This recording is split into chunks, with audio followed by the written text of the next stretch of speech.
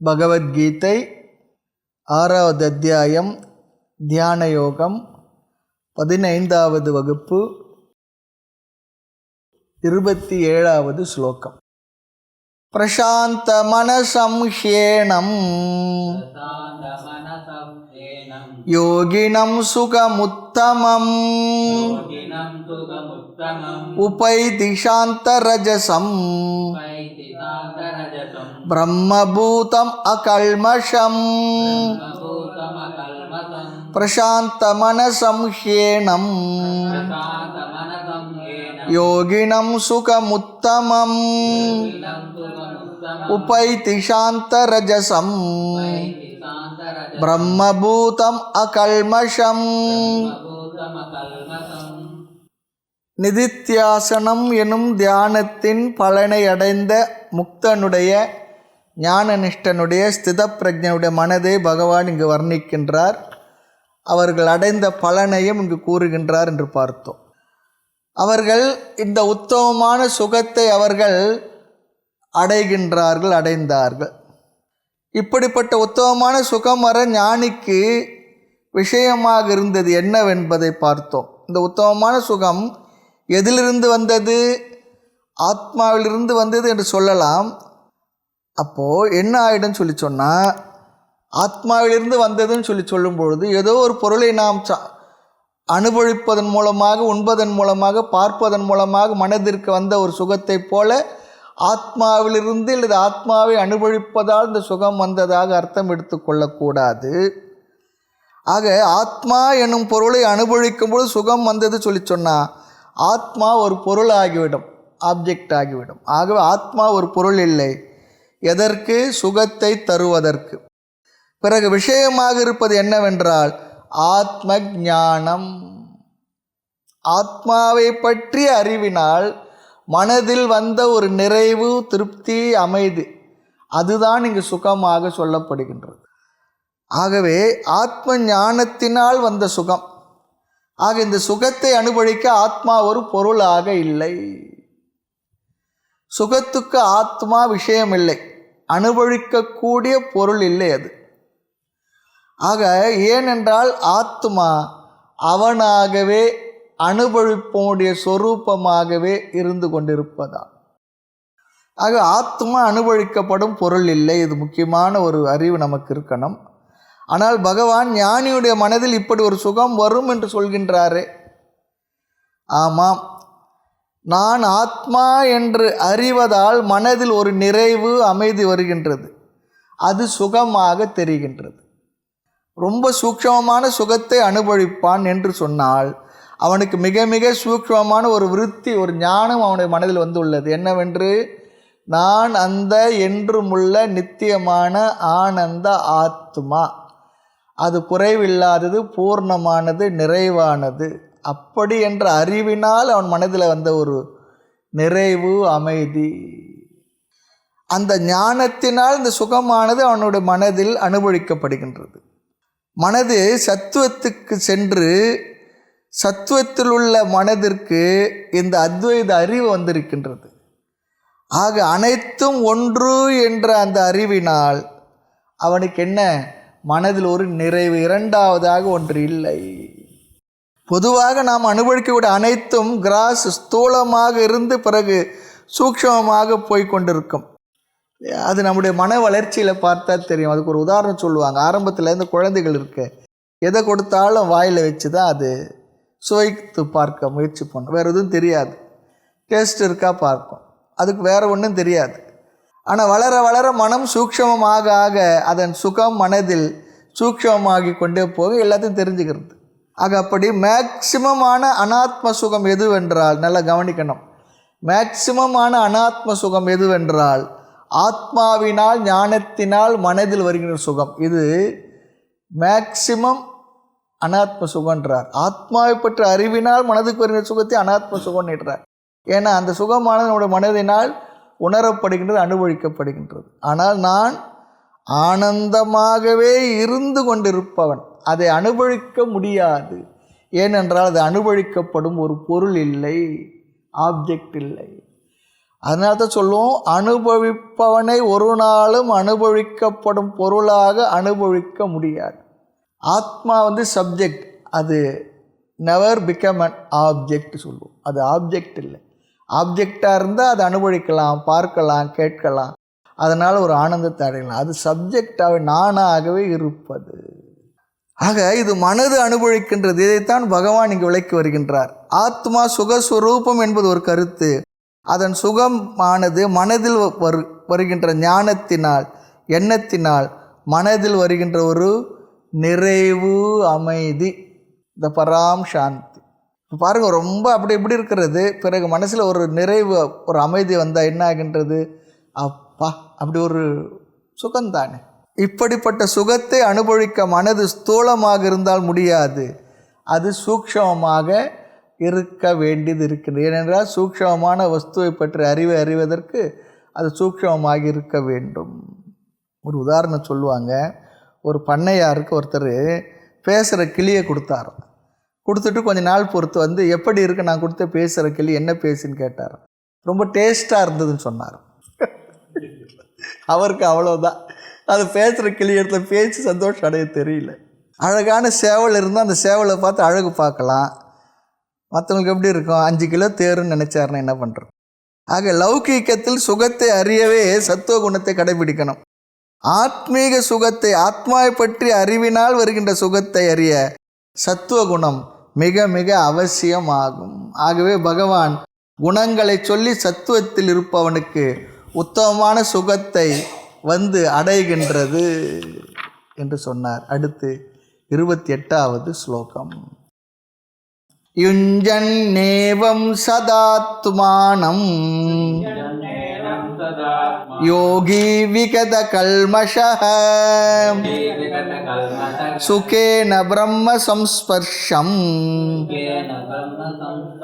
அத்யந்தம் சுகமஷ்ணுதே. யுஞ்சன்னேவம் சதாத்மானம் யோகி விகத கல்மஷः சுகேன பிரம்ம சம்ஸ்பர்ஷம்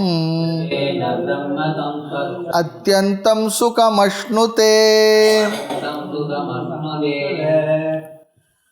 இந்த ஞானிக்கு உத்தமமான சுகம் அடைகின்றது. அந்த கருத்தை தான் இங்கு மீண்டும் மேலும் சொல்லுகின்றார். ஸ்லோகத்தை பார்க்கலாம். யுஞ்சன்னேவம் சதாத்மானம். ஆத்மானம் என்றால் தன்னை, சதா எப்பொழுதும், ஏவம் இந்த விதத்தில், யுஞ்சன் சொன்னால் ஈடுபடுத்தி கொண்டு, எப்பொழுதும் தன்னை இந்த விதத்தில் ஈடுபடுத்தி கொண்டு, இங்கு சொன்ன விதத்தில் தன்னை ஈடுபடுத்தி கொண்டு இருக்கின்ற யார்? யோகி. யோகி என்றால் நிதித்தியாசனம் செய்கின்ற தியானி, தியானம் செய்பவன். அதுவும் தன்னை சதா எப்பொழுதும் யுஞ்சன் ஈடுபடுத்தி கொண்டு. விகத கல்மஷம். கல்மஷம் என்றால் அசுத்தங்கள், ராகத்வேஷம் முதலிய அசுத்தங்கள், அழுக்குகள். விகதக என்றால் நீங்கியவன்.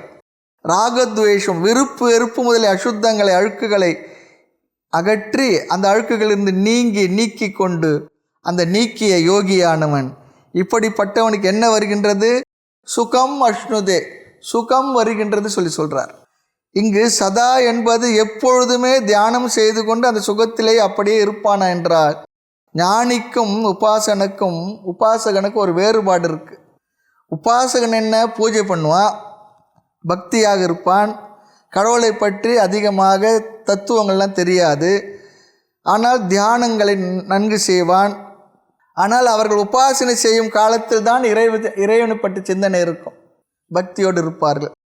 உபாசனை முடிந்த பிறகு அவர்களுக்கு கடவுளை பற்றிய ஞாபகம் இருக்காது, அல்லது அந்த எண்ணம் இருக்காது. சில நேரத்தில் வேறு மாதிரியே உலக விவகாரங்கள் உழன்று கொண்டு இருப்பார்கள். ஒருத்தர் சொன்னார், தேவதைகள் வழிபடும் பொழுது தேவதை தன்மைகள் அவருக்கு இருக்கும். தேவதை வழிபாட்டு உபாசனை முடித்த பிற்பாடு அவர் உக்ர தேவதையாக மாறிவிடுவார். அப்படின்னா என்ன? கோபக்காரன் மாறிவிடுவார். இந்த நரகத்துக்கு போகிறது 3 வழி சொன்னார், 3 வாசல் இருக்குன்னார்.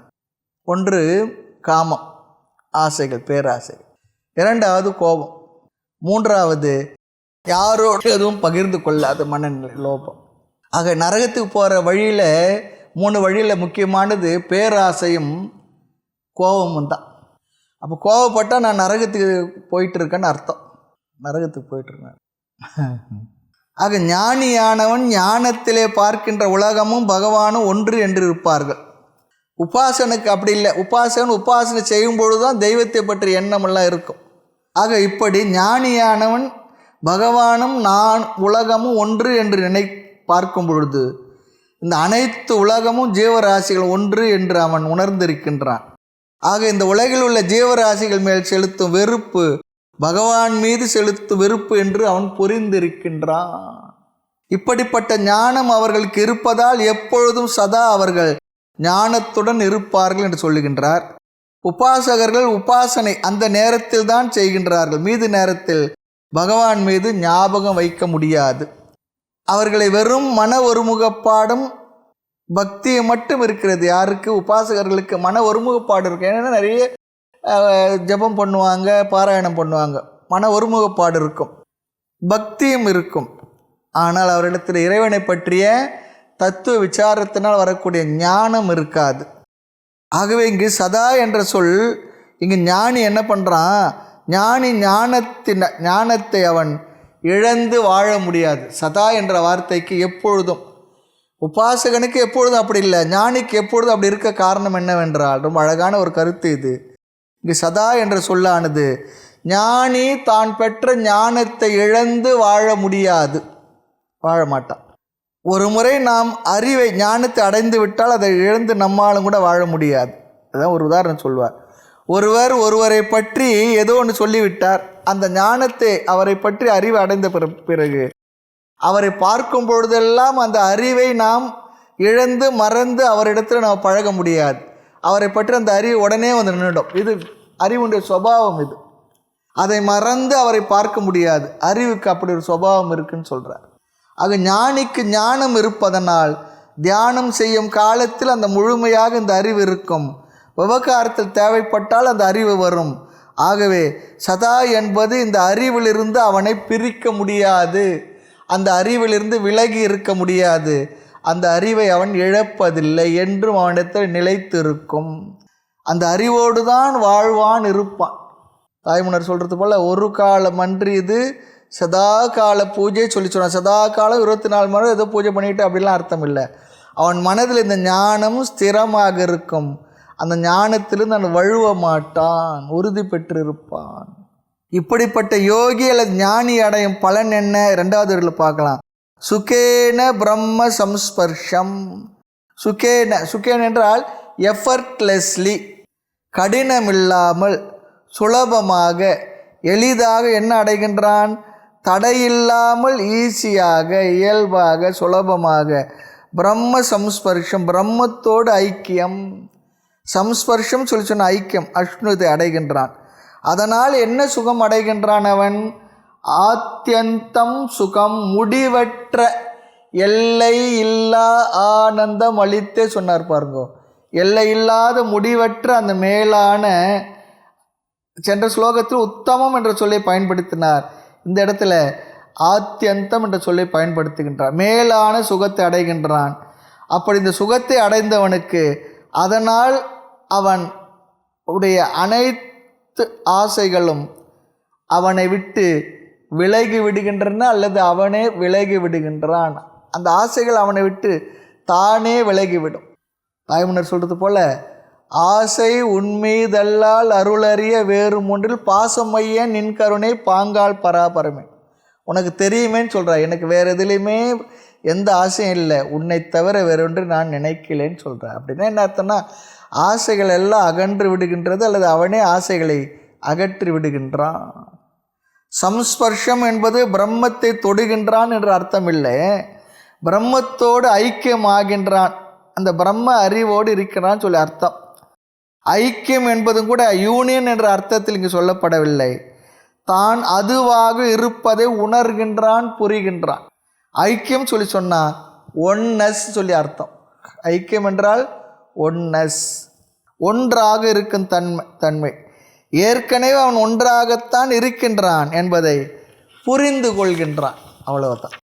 சம்ஸ்பர்ஷம் சொல்லி சொன்னால் அந்த பிரம்மத்தை தொடுகிறான்னு சொல்ல அர்த்தம் இல்லை, அந்த பிரம்மமாக தான் இருப்பதை, தான் அதுவாக இருப்பதை புரிந்திருக்கின்றான், அந்த அறிவிலே நிலை பெற்றிருக்கின்றான். நிலை பெற்ற மாதவர் சித்தத்திலே தாய்மலர் சொல்கிறார் பாருங்க. அதுபோல அடுத்து 29வது ஸ்லோகம். சர்வபூதஸ்தமாத்மானம் சர்வபூதானி சாத்மனி ஈக்ஷதே யோகயுக்தாத்மா சர்வத்ர சமதர்ஷனஹ சர்வபூதஸ்தமாத்மானம் சர்வபூதானி சாத்மனி ஈக்ஷதே யோகயுக்தாத்மா சர்வத்ர சமதர்ஷனஹ. 27வது ஸ்லோகம் முதல் 32வது ஸ்லோகம் வரை தியான பலன் சொல்லி பார்த்தோம். அதிலும் 28, 29, 30, 31, 32 இந்த ஸ்லோகங்களில் அந்த பலனை அடைந்த ஞானியினுடைய பார்வையை இங்கு சொல்லுகின்றார். ஞானியினுடைய திருஷ்டி. ஆமாம், திருஷ்டின்னா நாம் நினைக்கிற திருஷ்டி இல்லை, இங்கே திருஷ்டி சொல்லிச்சுன்னா பார்வை. ஞானி உலகத்தை எப்படி பார்ப்பார்? உபனிஷதங்கள் இதை பற்றி பல கருத்துக்களை சொல்லியுள்ளது.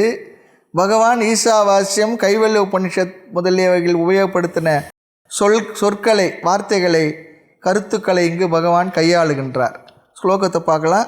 சர்வபூதஸ்த ஆத்மானம், ஆத்மானம் சொல்லி சொன்னால் தன்னை, சர்வபூதஸ்த எல்லா ஜீவராசிகளிடத்தும், சர்வபூதானி எல்லா ஜீவராசிகளை, ஆத்மனி தன்னிடத்திலும், ஆத்மானம் தன்னை, சர்வபூதஸ்த சர்வபூதானி தன்னை எல்லா ஜீவராசிகளிடத்திலும், எல்லா ஜீவராசிகளையும் ஆத்மனி தன்னிடத்திலும் என்ன செய்கின்றானாம்?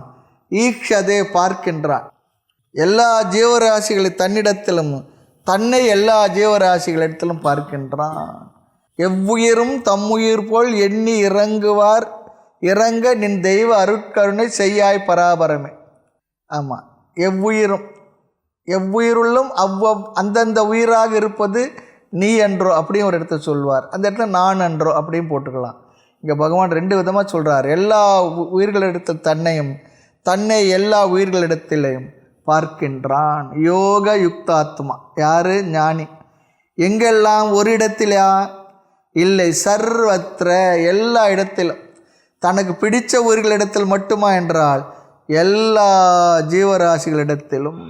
சமதர்ஷனக சமமான பார்வை, சமமாக பார்க்கின்றான். சமதர்ஷனக என்றால் பிரம்ம தர்ஷனம் சொல்லி அர்த்தம். சமதர்ஷனம் இங்கு சொன்னால் பிரம்ம தர்ஷனம். எல்லா இடத்திலும் பிரம்மத்தை பார்க்கின்ற யோக யுக்தாத்மாவான ஞானி ஈக்ஷதே, அவனுடைய பார்வை எப்படி இருக்கிறது? தன்னை எல்லா ஜீவராசிகளிடத்திலும், எல்லா ஜீவராசிகளை தன்னிடத்திலும் பார்க்கின்றான். இதிலிருந்து என்ன அர்த்தம் நமக்கு கிடைக்கின்றது? என்ன கருத்தை பகவான் கூறுகின்றார் என்றால், முதலில் உதாரணத்தை பார்க்கணும். சொற்கள் எல்லாம் குழப்புகின்ற மாதிரி இருக்கின்றது. அதனால்தான் தன்னை எல்லா இடத்திலும், எல்லா இடத்திலும் தன்னையும் பார்ப்பான் என்று சொல்லுகின்றார். ஞானி அப்போ விபரீதமாகவே தான் பார்ப்பானா? நாங்கள்லாம் அப்படி பார்க்கலையே, நம்முடைய பார்வைக்கு நேர்மாறான எதிரான பார்வையைத்தான் பார்ப்பானா அப்படி சொல்லி கேட்டால், எல்லாவற்றையும் அவன் பார்ப்பது பெக்குலராக வித்தியாசமாகத்தானே பார்ப்பானா அப்படி சொல்லி கேட்டா, உதாரணம் பார்த்தா நமக்கு புரியும். அலை இருக்குது, தண்ணீர் இருக்குது, பானை இருக்குது, களிமண் இருக்குது. ரெண்டுமே உதாரணத்தை மனசில் வச்சுக்குவோம். அலைகளில் சிறிய அலை, பெரிய அலை அப்படி சொல்லியிருக்கு. சிறிய அலை சொல்லிச்சான் பெரிய அலை இடத்துல, நீ பெரிய அலை, நான் ரொம்ப சிறிய அலை, சின்னவன், நான் அல்பன் சொல்லிச்சான். ஆனால் அந்த பெரிய அலை என்ன பண்ணிச்சான்? உபதேசம் செய்து தான், அப்படி இல்லை, நான் பெரிய அலையாக இருந்தாலும் நீ சின்ன அலையாக இருந்தாலும் கூட உடைய உண்மையான ஸ்வரூபம் உன்னிடத்தில் என்னிடத்தில் என்ன தெரியுமா பொதுவாக இருக்குது? நீர் தான் இருக்கின்றது, தண்ணீர் தான் இருக்கின்றது. அலை என்பது நாமரூபம் தானே, பெரியது சிறியது என்பது நாமரூபம் தானே தவிர உன்னிடத்தில் இருப்பது நீர்தான், என்னிடத்தில் இருப்பது நீர்தான். ஆகவே தத்துவ திருஷ்டியில் நீர் என்ற தன்மையில் நாம் இருவருமே என்ன? ஒன்று தான். பெரியது சிறியது என்பது நாமரூபம்.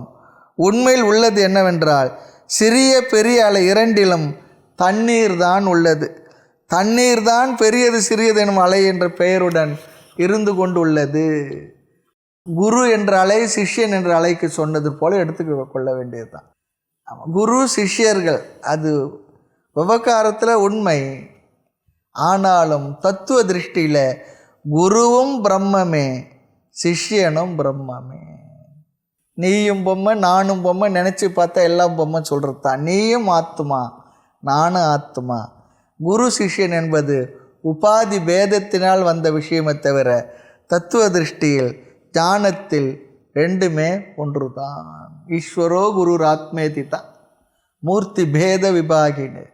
ஆக சிஷ்ய அலை சிறிய அலை, பெரிய அலை குரு அலை சொல்லிக்கலாம். ஆக இரண்டுமே என்ன, ஜலஸ்வரூபமாக நினைத்து தெரிந்து புரிந்து கொள்கின்றது.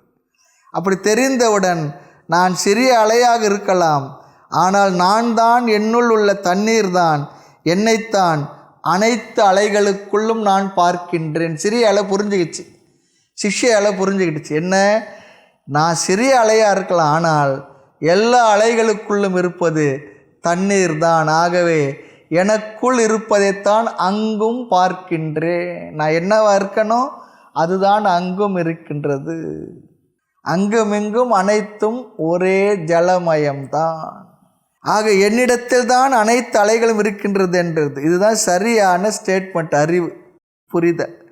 ஆக என்னை அனைத்து அலைகளுக்குள்ளும் பார்க்கின்றேன் என்று பார்க்கும் பொழுது நீராக இருக்கின்ற நான், அலைகள் வித்தியாசப்பட்டாலும் நீராக இருக்கின்ற நான் தான் அனைத்து அலைகளுக்குள் இருக்கக்கூடிய நீர்த்தன்மையை, ஒன்றேயாக இருப்பதை, நானேயாக இருப்பதை, நான் தான் அங்கு இருக்கின்றேன் என்பதை புரிந்து கொள்கின்றேன். ஆக அனைத்து அலைகளுக்குள்ளும் இருக்கின்ற நான், தண்ணீர் ஸ்வரூபமான நான், அனைத்து அலைகளுக்குள்ளும் வியாபித்து இருக்கின்றேன். ஆக இங்கே முதல் ஸ்டேட்மெண்ட் என்ன, என்னை அனைத்து அலைகளுக்குள்ளும் பார்க்கின்றேன். நான் அனைத்து அலைகளுக்குள்ளும் நீர் ஸ்வரூபமாக நீராக வியாபித்து இருக்கின்றேன். இரண்டாவது ஸ்டேட்மெண்ட் என்ன, அனைத்து அலைகளும் என்னிடத்தில் தான் ஏற்றி வைக்கப்பட்டுள்ளது. நான் நீர் ஸ்வரூபம். அலைகள் என்பது பெயர் வடிவம். நீராகி என் மீது தான் அலைகள் என்ற பெயர் வடிவங்கள் ஏற்றி வைக்கப்பட்டுள்ளது. என் மீது அனைத்து அலைகளும் ஏற்றி வைக்கப்பட்டுள்ளது. அப்போது என்ன அர்த்தம், இங்கே என்ன அறிவு கிடைக்கின்றது, அலைகள் என்று ஒன்று தனியாக இல்லை, அலையாக தெரிகின்ற அனைத்தும் ஜலம்தான். அலையாக இருக்கும்போதும் ஜலம்தான். அலை இல்லை என்றால் அங்கே என்ன இருக்கிறது, சிறியது பெரியது என்ற பெயரை நீக்கினால் அங்கு இருப்பது ஜலம்தான். நான் தான் இருக்கின்றேன், நான் மட்டுமே இருக்கின்றேன், நானே இருக்கின்றேன், நான் தான் இருக்கின்றேன். இது ஆணவமான வார்த்தை இல்லை.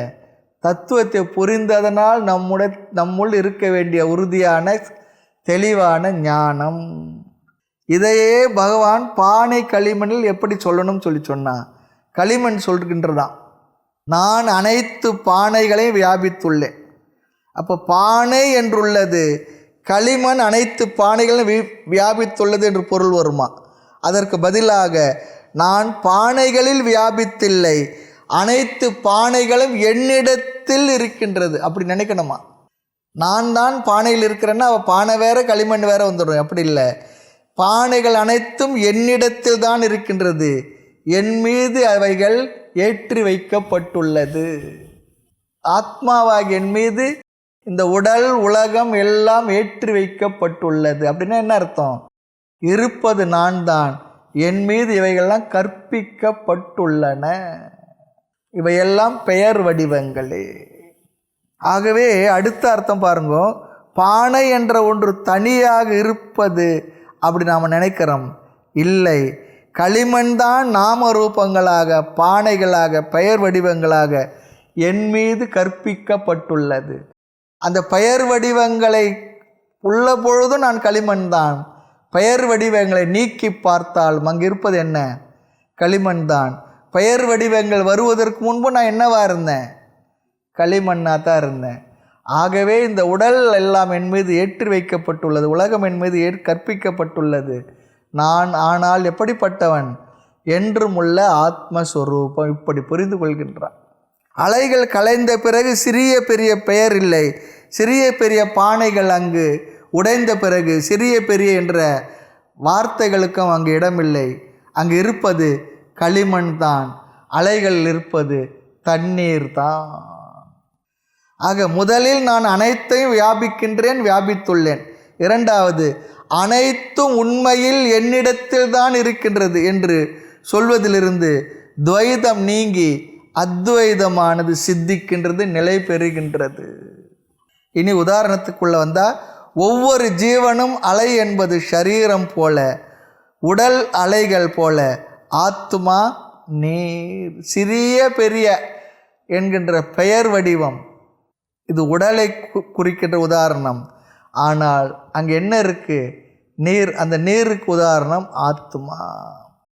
ஆக சச்சித் ஆனந்த ஸ்வரூபமான சத்தியம் ஞானம் அனந்தமான ஆத்மா என்று சொல்லும் பொழுது, ஆத்மாவான நான் அனைத்து உடல்களையும் வியாபிக்கின்றேன். ஆத்மாவாகிய நான், ஆத்மாவாக நான் இருந்து கொண்டு அனைத்து ஜீவராசிகளுக்குள்ளும் நான் தான் வியாபித்துள்ளேன். ஆனால் உண்மையில் அத்தனை உடல்கள் இருக்க, அவைகள் எல்லாம் என் மீது ஏற்றி வைக்கப்பட்டுள்ளது. எல்லா ஜீவராசிகளுடைய உடல்களும் என் மீது, ஆத்மாவாக என் மீது ஏற்றி வைக்கப்பட்டுள்ளது. இதுதான் ஞானியினுடைய பார்வை. களிமண் என்ன சொன்னது? அனைத்து பானைகளுக்குள்ளும் நானே வியாபித்துள்ளேன்னு சொன்னது. அடுத்து பானைகளெல்லாம் என் மீது ஏற்றி வைக்கப்பட்டுள்ளது என்று சொன்னது. இங்கு ஞானி விவகாரத்தில் இருக்கும் பொழுது அனைத்து ஜீவராசிகளுக்குள்ளும் நான் தான் இருக்கின்றேன்னு சொல்கிறார். இந்த உலகில் மட்டும் வியாபித்தால் மற்றவர்களுக்கு வரக்கூடிய சுகதுக்கம்லாம் அவருக்கும் வந்துவிடும், நமக்கு வந்துவிடும். அப்போ ஞானிக்கு அதிகமான துக்கம் வந்து, எல்லா உடல்லையும் நான் தான் இருக்கேன்னு சொன்னால் எல்லா உடல்களுக்கும் வரக்கூடிய அந்த மனதில் வரக்கூடிய சுகதுக்கங்களை இந்த ஞானிக்கு அதிகமாக வந்துடும், இன்னும் தாய்த்து வந்துடும். அது அவசியமே இல்லை. நம்ம ஒரு துக்கத்தையே தாங்க முடியல, நம்முடைய துக்கத்தையும் நாம் தாங்க முடியல. ஒரு சுவாமி என்ன பண்ணாராம், நிறைய பேர் நிறைய குறை சொல்லிகிட்டு இருந்தாங்க. எனக்கு அந்த துக்கம் இருக்குது, இந்த துக்கம் இருக்குது. அப்புறம் அவர் ஒரு நாள் ஒன்று குறிப்பிட்டாராம். குறிப்பிட்டு அந்த நாளில் உங்களுடைய எல்லா துக்கத்தையும் மொத்தமாக மூட்டை கட்டிக்கிட்டு இந்த ஒரு பெரிய மைதானம் இருக்குது, அங்கே வந்துருங்க அப்படி சொன்னாராம். எல்லோரும் அவங்கவுங்க துக்கங்கள்லாம் பெரிய சின்ன மூட்டை மூட்டையாக கட்டிக்கிட்டு வந்துட்டாங்க. வந்த பிற்பாடு அந்த மைதானத்தில் கோடு போட்டு வச்சுருந்தாராம், கட்டமாக போட்டு வச்சுருந்தார், இந்த விளக்கு பூஜைக்கு போடுறா போல். எல்லாரையும் சொன்னார், அவங்கவுங்க அந்த எந்தெந்த கட்டத்தில் நிற்கணுமோ அவங்கவுங்க அந்தந்த கட்டத்தில் நின்றுடுங்கன்னு சொன்னார். எல்லாம் நின்றுட்டாங்க.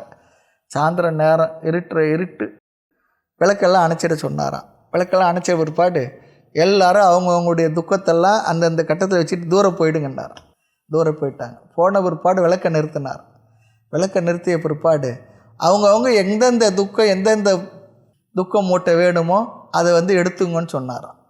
எல்லாரும் கடைசியில் பார்த்தா எப்படியோ தேடி கண்டுபிடிச்சி அவங்கவுங்க இடத்துல அவங்கவுங்க வச்சு துக்கத்தை வச்சு அந்த மூட்டைக்கிட்டே நின்றுட்டாங்களாம். அப்புறம் அவர் கேட்டாராம், விளக்கு வெளிச்சத்தெல்லாம் போட்டுட்டு, ஏன் அவங்கவுங்க துக்கத்தை கொண்டு வந்த மூட்டை பக்கமே நின்றுட்டீங்க, நீங்கள் வேறு எதுக்கு ஏன் மாற்றிக்கல அப்படின்னு சொல்லி கேட்டபோது சொன்னாங்களே, இல்லை நாங்கள் பார்த்தோம், ஒருத்தர் கொண்டு வந்த துக்கத்தெல்லாம் பார்க்கும்போது என்னை விட அவங்களோட நான் எவ்வளோ தேவலைன்னு போல தோணுது. ஆகையினால அவங்கவுங்க துக்கமே போதுன்னு சொல்லிட்டு அவங்கவுங்க துக்கத்தை எடுத்துக்கிட்டேன்னு சொன்னாங்களாம். அது போல் இந்த இடத்துல எல்லா ஜீவராசிகளிடத்தும் தன்னை பார்த்தார் சொன்னால் அதனுடைய துக்கம் எல்லாம் சுகதுக்கம்லாம் இவருக்கு வந்துடுமா சொன்னால், ஆகினால அப்படி இல்லை. எல்லாருடைய உடலையும் நான் இருந்தேன் என்று சொல்வதை விட எல்லாருடைய ஜீவராசிகளிலும் நான் தான் வியாபித்திருக்கின்றேன், என் மீது இவைகள் எல்லாம் கற்பிக்கப்பட்டுள்ளது, நான் தான் அனைத்துமாக இருக்கின்றேன், உபாதி நீங்கிய பிறகுன்னு சொல்லி அப்படி புரிஞ்சுக்கணுமா. அவைகள் என் மீது ஏற்றி வைக்கப்பட்டுள்ளதை அந்த ஒரு வாக்கியத்தில் உலகம் அனைத்தையும் எடுத்து போற்றுக்கொள்கின்றோம். இன்னொரு வாக்கியத்தில் அனைத்து பிரபஞ்சத்தை நாம் நம்மிடமிருந்து நீக்குகின்றோம். இது ஒரு ஞானியினுடைய பார்வை. நான் எல்லா ஜீவராசிகளுக்குள்ளும் இருக்கிறேன் என்ற பொழுது அதை அந்த நானானது பிரத்யேக ஆத்மா. பிரத்யேக ஆத்மா சொன்னால் அந்த உடல்களில் இருக்கக்கூடிய தனியான ஜீவன். எல்லா ஜீவராசிகளும் என்னிடத்தில் இருக்கின்ற என்று சொல்லும் பொழுது அந்த ஆத்மா பரமாத்மா அல்லது பிரம்மம். அனைத்து ஜீவராசிகளுக்குள்ளும் ஆதாரமாக ஆத்மாவாக இருப்பது பரமாத்மா என்றும், எனது ஒரு ஆத்மாவுக்கு பிரத்யேக ஆத்மா என்றும் பெயர். பிரத்யேக ஆத்மா எனக்கு நெருக்கமாக உள்ள ஆத்மா என்று பெயர், ஜீவனுக்கு ஒரு பெயர் தான். ஆகவே இவர் அனைத்தும் என் மீது ஏற்றி வைக்கப்பட்டுள்ளது என்ற வார்த்தையின் மூலமாக அந்தந்த உடல்களில் இருக்கக்கூடிய ஆத்மாவாக நான் இருந்தாலும் என்னிடத்தில் தான் அனைத்தும் ஏற்றி வைக்கப்பட்டுள்ளது என்ற வார்த்தையினால் அந்தந்த ஜீவர்களுக்குள்ள தனித்தன்மை நீங்கி நான் தான் அனைத்துமாக இருக்கிறேன் என்று புரிந்து கொள்ளும் பொழுது எந்த விதமான துயரங்களுக்கும் துக்கங்களுக்கும் அவருக்கு என்ன இடமில்லாமல் சென்று விடுகின்றது. ஆகவே இங்கு எனது ஒரு ஆத்மாவும் அனைத்து ஆத்மா ஒன்று என்று, பிரத்யேக ஆத்மா பரமாத்மா என்று ரெண்டுமே ஒன்று என்று ஐக்கியம் காட்டப்பட்டுள்ளது. என் மீது தான் அனைத்தும் கற்பிக்கப்பட்டுள்ளது. நான் தான் அனைத்துள்ள இருக்கின்ற என்னும் பொழுது அதனுடைய சுகதுக்கம் நமக்கு வந்துவிடும் அல்லவா. ஆகவே அப்படி இல்லாமல் என் மீது தான் அனைத்தும் கற்பிக்கப்பட்டுள்ளது, ஏற்றி வைக்கப்பட்டுள்ளது. நானே அந்த பரமாத்மா. ஆகவே என்னுடைய தனி ஒரு ஆத்மாவும் அந்த பரமாத்மாவும் வேறு வேறு இல்லை. அனைத்து ஜீவராசிகள் என்னை சார்ந்துள்ளது எனும் பொழுது சார்ந்துள்ளதால் அவைகள் உண்மை இல்லை. நான் ஒருவன்தான் ஆத்மஸ்வரூபம்தான் சத்தியம் என்று இங்கு காட்டப்படுகின்றது. மீண்டும் ஸ்லோகத்தை பார்க்கலாம். சர்வ பூதஸ்தம். சர்வ என்றால் அனைத்து, பூதம் என்றால் உடலும், உடலும் மனதும். காரிய காரண சங்காதக. காரியம் என்றால் ஸ்தூல சரீரம், காரணம் என்றால் சூக்ஷ்ம சரீரம் அல்லது மனம். சங்காதக என்றால் சேர்க்கை, ஸ்தூல சூக்ஷ்ம சரீர சேர்க்கை இங்கு சொல்லப்படுகின்றது. சர்வ பூதம் என்றால் அனைத்து உடல்களும். தம் என்றால் இருக்கின்ற, அங்கு இருப்பவர். திஷ்டதி இதி ஸ்திதக. திஷ்டதி இதி ஸ்தக. ஸ்திதக இல்லை, திஷ்டதி இதி ஸ்தக. சர்வ பூதஸ்தம் சொல்லி சொன்னால் எல்லா உடல்களுக்குள்ளும் இருக்கின்ற. ஆத்மானம் என்றால் என்னை அல்லது தன்னை. ஈக்ஷதை பார்க்கின்றான். இந்த ஞானியுடைய பார்வை அனைத்து ஜீவராசிகளுக்குள்ளும், அப்படி சொன்னால் அனைத்து உடல்களுக்குள்ளும் தன்னையே பார்க்கின்றான்.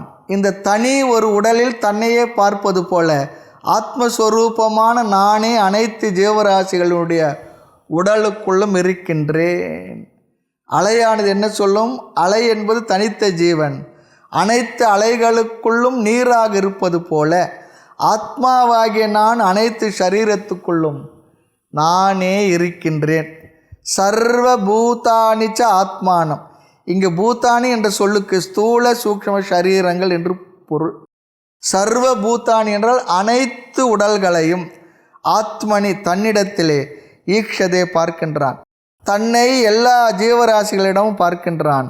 எல்லா ஜீவராசிகளிடம் தன்னை பார்க்கின்றான். இதன் அர்த்தம் என்னவென்றால் தன்னிடத்தில் இவை அனைத்தும் ஏற்றி வைக்கப்பட்டுள்ளது. ஏற்றி வைக்கப்பட்டுள்ளது. யார்? யோக தத்துவ ஞானம் யுக்தாத்மா. யுக்தக என்றால் உறுதி பெற்ற, தத்துவ ஞானத்தில் உறுதி அடைந்த, பொருந்திய. யோகேன யுக்தக, தத்துவ ஞானத்தில் உறுதி பெற்று. ஆத்மா, ஆத்மா என்றால் இங்கு அந்த காரணம் மனம் சொல்லி அர்த்தம். யோக யுக்தாத்மா, தத்துவ ஞானத்தில் உறுதி பெற்ற மனதை உடையவர்கள். அவனால் தான் இப்படி பார்க்க முடியும். அனைத்து உடல்களுக்குள்ளும் தன்னையும், தன்னை அனைத்து ஜீவர்களிடத்திலும் அந்த பரமாத்மாவாக தானே இருப்பதையும் ஆத்மாவாக இருப்பதையும் புரிந்து கொண்டவன். யார் இவன்? தத்துவ ஞானத்தை அறிந்தவன். அவனால் தான் இப்படி பார்க்க முடியும். அவனையே சர்வத்திர எல்லா இடத்திலும் சமக பிரம்ம தர்ஷனம். தர்ஷனகம் சொல்லி சொன்ன பார்ப்பவன். எல்லா இடத்திலும் பிரம்மத்தை பார்ப்பவன். சமதர்ஷனம் சொல்லி சொன்னால் பிரம்ம தர்ஷனம் சொல்லி அர்த்தம். ஞான நிஷ்டையின் பலன் இவ்வாறு உலகத்தை பார்க்க வைக்கின்றது. அதுதான் இங்கே கருத்து.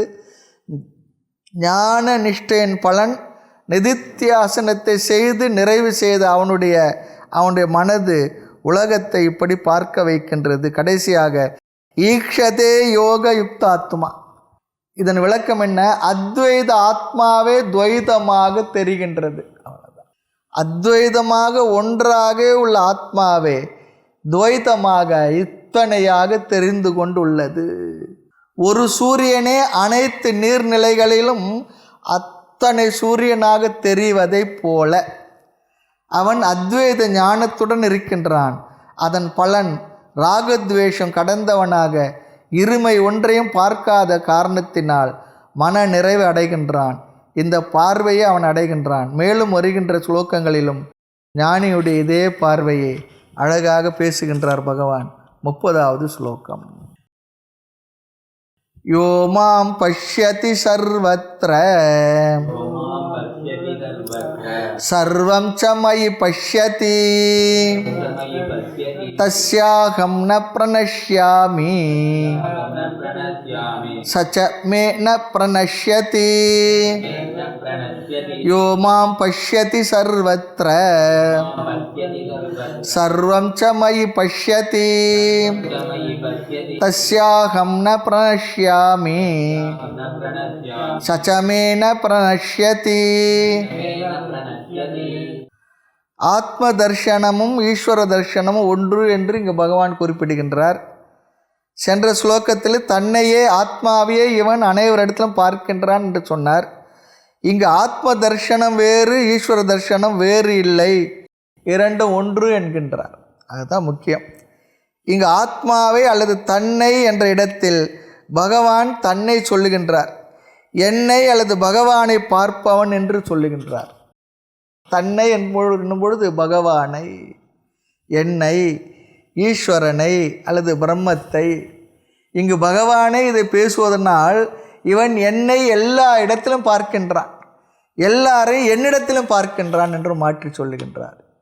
என்னை எல்லா இடத்திலும் பார்க்கின்றான், எல்லாரையும் என்னிடத்திலே பார்க்கின்றான். என்ன அர்த்தம்? அனைத்தையும் அந்த பிரம்மஸ்வரூபமாக உணர்ந்துள்ளான், புரிந்துள்ளான், அறிந்துள்ளான். அந்த பார்வை அவனுக்கு கிடைத்துள்ளது சொல்லி சொல்கிறார். ஆகவே நம்மை அனைவரிடத்தில் பார்த்தல் என்பதும் இறைவனை அனைவரிடத்தில் பார்த்தல் என்பதும் ஒன்றுதான். கடைசியில் அர்த்தம் என்னவென்றால் நானே அனைத்து சொரூபமாக இருக்கின்றேன் என்பது தான் இங்கே அர்த்தம். அல்லது இறைவனே அனைத்து சொரூபமாக இருக்கின்றார் என்று பொருள். அதையே பகவான் ஆத்ம தர்ஷனத்தை சொல்லி பரமாத்ம தர்ஷனத்தை இங்கே சொல்லி முடிக்கின்றார். ஸ்லோகத்தை பார்க்கலாம்.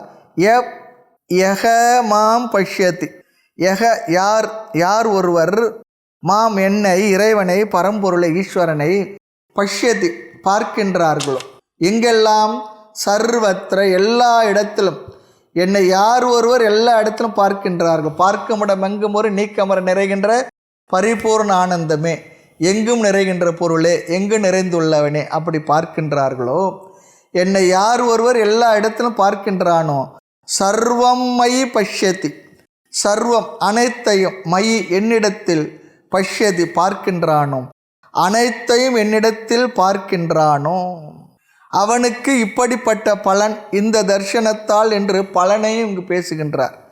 சென்ற ஸ்லோக முதல் வரியையும் இந்த ஸ்லோக முதல் வரியையும் எடுத்து நாம் சிந்தித்து பார்த்தால், தன்னை என்ற இடத்துல பகவான் தன்னை சொல்லிக் கொள்கின்றார், ஆத்மா என்ற இடத்தில் பகவான் இறைவன் என்று சொல்லுகின்றார்.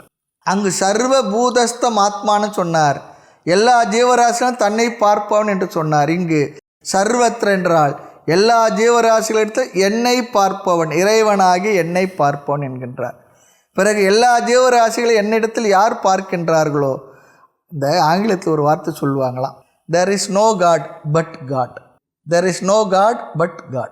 கடவுள்னு ஒன்று தனியாக இல்லை, ஆனால் கடவுள் தான் இருக்கிறார், அவ்வளோதான், தனியாக இல்லைன்னு சொல்லி அர்த்தம். ஆக ஒவ்வொரு சொல்லுக்கும் ஒரு பொருள் இருக்குது. இந்த இடத்துல கடவுள் என்று ஒரு சொல் இருக்குது பாருங்க, அதுக்கு அர்த்தம் பொருள் இருக்கா. இப்போ டேபிள் சொல்கிறோம், கிளிப் சொல்கிறோம், சேர் சொல்கிறோம், என்னென்னவோ சொல்கிறோம், புஸ்தகம் சொல்கிறோம், அதுக்கெல்லாம் அந்த வார்த்தைக்கெல்லாம் ஒரு பொருள் இருக்குது இல்லையா. வளையல் சொல்கிறோம், செயின் சொல்கிறோம், மோதிரம் சொல்கிறோம், அதுபோல் பல பொருள் இருக்குது. ஒரு சொல்லுக்கு ஒரு பொருள் இருக்குது. 10 நகை சொல்கிறோம், 11வது ஒரு வார்த்தை சொல்கிறோம், தங்கம் சொல்கிறோம். அப்போ 10 நகை பேருக்கும் நகை தனியாக இருக்குது, தங்கன்றது தனியாக இருக்கா. 11வது பேரை தங்கன்னு சொல்கிறோம், தங்கம் எங்கே தனியாக இருக்கா, அது நகைக்குள்ளே இருக்கு. அனைத்துக்கும் அதிஷ்டானம் என ஒரு தத்துவத்தை நாம் குறிக்கின்றோம். இங்கே 10 நகை பேர் சொல்லி இதெல்லாம் தங்கம் என்று 11வது ஒரு பேர் சொல்லும் பொழுது அனைத்து நகைகளுக்கும் அதிஷ்டானமாக இருக்கக்கூடிய ஒரு தத்துவத்தை அது குறிக்கின்றது. இங்கு இறைவன் அல்லது கடவுள் என்று ஒரு குறிப்பான ஒரு சொல்லை சொல்லும் பொழுது அந்த கடவுள் என்ற சொல்லுக்கு தனியாக என்ன ஒரு பொருள் இருக்கா? அப்படி தனியாக ஒரு பொருளே அது குறிக்காது, அந்த வார்த்தை குறிக்க வேண்டிய அவசியம் இல்லை. அனைத்தையும் குறிக்கின்ற பொதுவான ஒரு சொல் என்ன? கடவுள். இங்கு பகவான் என்ன சொல்கின்றார்? அனைவரிடத்திலும் அனைத்தையும் என்னிடத்தில் பார்ப்பவன். இப்படி பார்ப்பவனுக்கு என்ன நேரிடுகின்றது? 2வது வரி பாருங்க. தஸ்ய முதல் வரியில் சொன்னதுபடி அப்படி பார்ப்பவனுக்கு, அப்படிப்பட்ட தரிசனத்தை உடையவனுக்கு அகம் நான் ஆகிய பகவானாகிய நான் ந பிரணக்ஷியத்தி அழிவதில்லை, அவனுக்கு நான் மறைவதில்லை, மறைந்திருப்பதில்லைன்னு சொல்கிறார். அப்படி எல்லா இடத்திலும் என்னை பார்ப்பவனுக்கு நான் எப்பொழுதுமே அவனுக்கு மறைவதில்லை, மறைந்திருப்பதில்லை. சகமே அவனும் எனக்கு ந பிரணக்ஷியத்தி மறைவதில்லை, அவனுக்கு நானும் மறைவதில்லை, நானும் அவனிலிருந்து மறைவதில்லை. என்ன அர்த்தம் சொல்லி சொன்னால், இந்த தர்ஷனத்தை உடையவனுக்கு நான் என்றும் மறைபொருள் ஆவதில்லை. ஆனால் நமக்கு என்ன தெரிகின்றது? கடவுளை தவிர மீது எல்லாம் தெரிகின்றது. ஞானிக்கு கடவுளை தவிர ஒன்றும் தெரியவில்லை. அஞ்ஞானிக்கு கடவுளை தவிர ஒன்றும் கடவுள் தெரியல, ஞானிக்கு கடவுளை தவிர வேறு எதுவும் தெரியவில்லை தான் சொல்கிறார். பொதுவாக சாதாரண மக்களுக்கு கடவுளை தவிர எல்லாம் தெரிகின்றது, ஞானிக்கு கடவுளை தவிர ஒன்றும் தெரியவில்லை. ஆக நாம் என்ன பண்ணுறோம்? கடவுளை கோயிலில் போய் பார்க்குறோம், கோயிலில் தான் கடவுள் இருக்கா நினைக்கிறோம். அது நம்முடைய ஆரம்பத்தில் இருக்கக்கூடிய மனநிலை, உண்மை தான். அப்பொழுது இறைவனை நமக்கு மறைத்திருப்பதாக என்ன நினைக்கிறோம்? திரை போட்டுறாங்க, செவர் மறைச்சிருக்கு, நம்ம தள்ளி வந்தால், கோயிலுக்கு வெளியே வந்தால் சுவாமி நமக்கு தெரியலை, நான் வந்த கடைசி நேரத்தில் சுவாமி தரிசனம் கிடைக்கல அப்படிலாம் சொல்லி மனசில் சங்கடப்படுறோம். ஆக நமக்கு கடவுளுக்கு என்ன பண்ணுறோம்? நாம் கடவுளுக்கு தெரியாதவராக நினைக்கின்றோம், அல்லது கடவுள் நமக்கு தெரியவில்லை என்று நாம் கருதுகின்றோம். நம்முடைய கண்ணுக்கு பகவான் தெரியாதவராகவே நாம் நினைக்கின்றோம் சாதாரணமாக. ஆனால் பகவான் இங்கே என்ன சொல்கிறாருன்னா, நேர் எதிராக சொல்கின்றார். இந்த தர்ஷனத்தை உடையவனுக்கு, எந்த தர்ஷனம்? என்னை அனைத்துள்ளும் அனைத்திலும் என்னையும் பார்க்கின்ற இந்த தர்ஷனத்துடைய ஞானிக்கு நானும் அவன் பார்வையிலிருந்து மறைவதில்லை, என்னுடைய பார்வையிலிருந்து அவனும் மறைவதில்லை. கோயிலை சுற்றும் பொழுது பகவான் உரையுடையமாக சந்நிதியில் இருப்பதாக உணர்கின்றோம். மதில் சுவர் இடத்தை விட்டு வந்தவுடன் என்ன உணர்கின்றோம்? பகவான் நம்மிடமிருந்து மறைந்ததாக நினைக்கின்றோம். மறுபடியும் கொஞ்சம் வந்து எட்டி பார்த்துட்டு நமஸ்காரம் பண்ணிட்டு போகிறோம், திரும்பி வரோம், அப்படி பார்க்குறோம். பக்தி நிலையில் இப்படியெல்லாம் நாம் நினைக்கின்றோம், அது சரிதான்.